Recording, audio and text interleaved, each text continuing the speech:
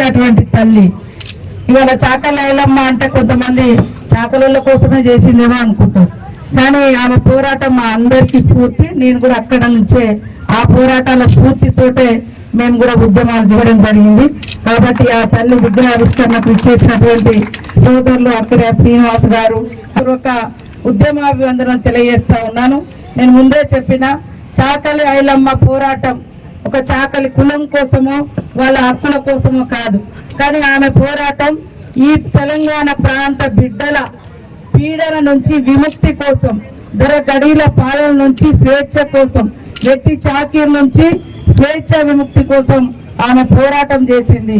కాకపోతే ఆమె కులమే ఆమె ఇంటి పేరు లాగా మారిపోయింది, కానీ ఆమె ఎక్కడున్నా కూడా, అంటే ఎక్కడ ఆమె ప్రస్తావన వచ్చినా సీఎం రేవంత్ రెడ్డి గారు పక్కాగా చాకలి ఐలమ్మ వీర వనిత పోరాట స్ఫూర్తి అని ప్రతి చోట, అప్పుడు ఇప్పుడు అధికారంలో ఉన్నా కూడా ప్రతి చోట తీస్తూనే ఉంటాడు, వారికి నివాళులు అర్పిస్తూనే ఉంటాడు. కాబట్టి ఈరోజు మనం అనుభవించే స్వేచ్ఛ, స్వతంత్రాలు, ఈ వ్యక్తి విముక్తి, ఈ వ్యక్తి చాకిరి నుంచి స్వేచ్ఛ, ఇవన్నీ వచ్చినాయి అంటే మరి చాకలి ఐలమ్మ గారు, ఇటు దొడ్డి కొమరయ్య గారు, అటు కొమరం భీం గారు, మరి అదే విధంగా ఎంతో మంది అక్కడ ఉన్నటువంటి దొరల పాలనకు వ్యతిరేకంగా, గడీల పాలనకు వ్యతిరేకంగా పోరాడి బడుగు బలహీన వర్గాల బిడ్డలకు స్వేచ్ఛను కల్పించినటువంటి వీర వనిత, మరి ఆ పోరాటంలో ఉన్నటువంటి వీర వనిత మన ఐలమ్మ గారు. కాబట్టి ఇలాంటి పోరాట వీర వనితల యొక్క స్ఫూర్తి పుస్తకాల రూపంలో, కథల రూపంలో ఈ నేటి తరానికి అందించాల్సిన అవసరం ఉంది.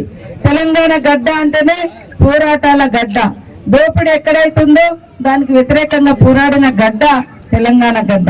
ఈ దేశానికి అందరికీ స్వతంత్రం 1947 ఆగస్టు 15వ తారీఖు వస్తే, తెలంగాణకు మాత్రం స్వతంత్రం 1940 ప్రజాపాలన దినోత్సవం జరుపుకున్నాం. అంటే ప్రజల ఈ తెలంగాణ ప్రాంతాన్ని అంతా కూడా మరి అప్పుడు నిజాం రాజు పరిపాలించింది కాబట్టి భారతదేశంలో కలపలే, ఇది సపరేట్ రాష్ట్రంగా, సపరేట్ ప్రాంతంగా, రాజ్యంగా ఉంటే ఇలాంటి వీర వనితల పోరాటాలన్నింటి దృష్టిలో పెట్టుకొని మరి తర్వాత ఆ రోజు నెహ్రూ గారు ఈ యొక్క ప్రధానిగా ఉండి ఈ ప్రాంతాన్ని కూడా ఇక్కడ కమ్యూనిస్టుల పార్టీల నాయకత్వంలో, స్థానికంగా కూడా కాంగ్రెస్ నాయకులు కూడా, ఆనాటి నాయకులు, మా ప్రాంతం కూడా భారతదేశంలో విలీనం కావాలి, ఈ రాజుల పరిపాలన పోవాలి, దొరల పరిపాలన పోవాలి, విముక్తి జరగాలి, మరి అందరికి స్వేచ్ఛ రావాలి, ప్రజాస్వామ్యం ఉండాలి అని పోరాడిన దాంట్లో మన చాకలి ఐలమ్మ గారు ఒక వీర వనితగా మనందరికీ ఆదర్శం. కాబట్టి వారి జీవితాన్ని స్ఫూర్తిగా ఎల్లవేళలా ఒక ప్రశ్నించే గొంతుక కోసం, ఒక అణచివేత జరిగినప్పుడు, అన్యాయం జరిగినప్పుడు ఆమె యొక్క స్ఫూర్తి మనందరికి ఉంటుంది. వాస్తవానికి ఒకప్పుడు చూస్తే మరి వెట్టి చాకరి ప్రతి దగ్గర, వెట్టి చాకరి అంటే ఏం కూలి గీలి ఏం లేదు, పని చేసి రావాలి, అది పెద్దోళ్ళకు మనం చేయాలి, అది అట్లా ఒక వ్యవస్థగా ఉండేది. అది ఎట్లుంటుందని ఆమె కర్ర బట్టి పోరాటం చేసింది, గుత్త సంఘం బట్టి పోరాటం చేసింది, మరి దేశముఖులను, దొరలను తరిమి కొట్టింది, ఆమె భూమి ఆక్రమణకు గురైనా కూడా ఎదిరించింది.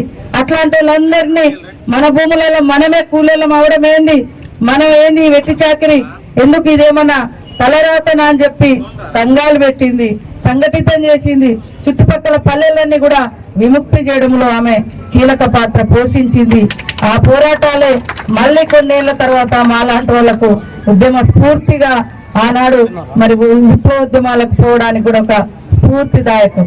కాబట్టి ఈ రోజు ఉన్నటువంటి రోజులలో ఖచ్చితంగా ప్రతి చోట ఇలాంటి పేరు, ప్రతిష్ట, వారి స్ఫూర్తి ఉండాలని సీఎం రేవంత్ రెడ్డి గారు ఈ మధ్య కాలంలోనే కోటి ఉమెన్స్ కాలేజ్ అంటే మరి చాలా పాత, అంటే చాలా చరిత్ర కలిగినటువంటి కోటి ఉమెన్స్ కాలేజ్, మహిళా కళాశాల, మరి ఆ కళాశాలకు చాకలి ఐలమ్మ గారి పేరు పెట్టడం జరిగింది. అదే విధంగా మరొక బీసీ నాయకుడు మరి ఆ రోజు తెలంగాణ కోసం పోరాడి పదవులను సైతం త్యాగం చేసి మళ్ళీ తెలంగాణ వచ్చేంత వరకు ఏ పదవులలో ఉండను అని చెప్పి పోరాడి బరిగీసి నిలబడ్డటువంటి కొండా లక్ష్మణ్ బాపూజీ గారి పేరు మీద కూడా మరొక స్కిల్ హ్యాండ్లూమ్ సంబంధించినటువంటి యూనివర్సిటీకి వారి పేరు కూడా పెట్టడం జరిగింది. అదే విధంగా ఇవాళ పదవులంటే కుటుంబాలకు కాదు, మరి ఇలాంటి పోరాట వారసత్వం ఉన్నటువంటి వాళ్ళకి ఇవ్వాలని ఆమె మన్మరాల్ని కూడా మహిళా కమిషన్ లో మెంబర్ గా కూడా తీసుకోవడం జరిగింది. ఇట్లా చాలా విషయాలలో ఒక సామాజిక స్పృహతోటి ఈ యొక్క స్వేచ్ఛ స్వతంత్రానికి కారణమైనటువంటి ఉద్యమకారులను గుర్తించాలి అనే లక్ష్యంతో సీఎం రేవంత్ రెడ్డి గారు కూడా ప్రత్యేక చొరవతో ఇవన్నీ చేయడం జరుగుతుంది. అదే విధంగా మా సోదరులు మరి 102 జీవో వాస్తవానికి అది ఎవరికి బయటికి తెలియదు, వచ్చింది కానీ ఇంప్లిమెంటేషన్ లో లేదు. కాబట్టి ఖచ్చితంగా అది బయటికి తీసుకొద్దాం. ఏ లక్ష్యంతో అయితే ఆ యొక్క జీవోలు వస్తున్నాయో ఆ జీవోలు ఖచ్చితంగా ఇంప్లిమెంటేషన్ అయినప్పుడే వాటి యొక్క సార్థకత ఉంటది, ఆ వర్గాలకు న్యాయం జరుగుతుంది. అదే విధంగా ఇంకా కొన్ని విషయాలు కూడా బిల్డింగ్ సంబంధించి స్థలానికి సంబంధించినటువంటి పెండింగ్ కూడా ఉంది. అది నేను సారన్న గారు ఇద్దరం కూడా మరి సీఎం గారి దగ్గరికి వెళ్ళి తొందరగా క్లియరెన్స్ చేసి మరి దాన్ని కూడా నిర్మాణం అయ్యే విధంగా కృషి చేస్తామని తెలియజేస్తా ఉన్నాం. సోదరుడు శ్రీను చాలా విషయాలు, శ్రీనే కదా అనుభవజ్ఞులు పెద్దలు మరి సారన్న గారు కూడా ఉన్నారు కాబట్టి వారి యొక్క సూచనలు సలహాల మేరకు తప్పకుండా ఈ అట్టడుగు వర్గాల వెనుకబడ్డ జాతులు వాస్తవానికి ఇప్పుడు ఒక ముచ్చట కూడా చెప్పారు, ముట్టు అనే తేడా లేకుండా అందరికీ సేవ చేసేది రజక కులం. అందరి ఇళ్లలో మరి బట్టలు తీసుకొచ్చి ఉతికేది.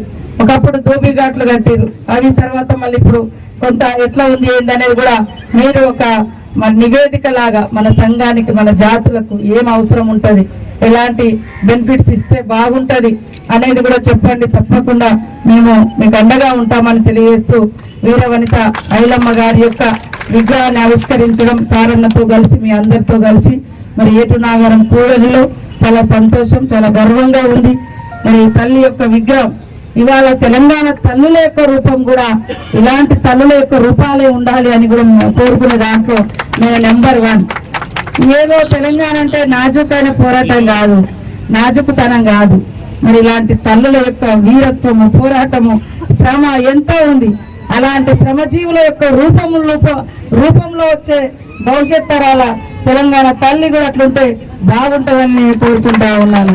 కాబట్టి తల్లికి వీరవనిత ఐలమ్మ గారికి నివాళులు అర్పిస్తూ ఆమె యొక్క స్ఫూర్తితో భవిష్యత్తులో మనం అందరం ఎక్కడ అన్యాయం జరిగినా అక్కడ మనం ఉందామని తెలియజేస్తూ ఐలమ్మ గారికి జోహార్లు అర్పిస్తూ సెలవు తీసుకుంటాను.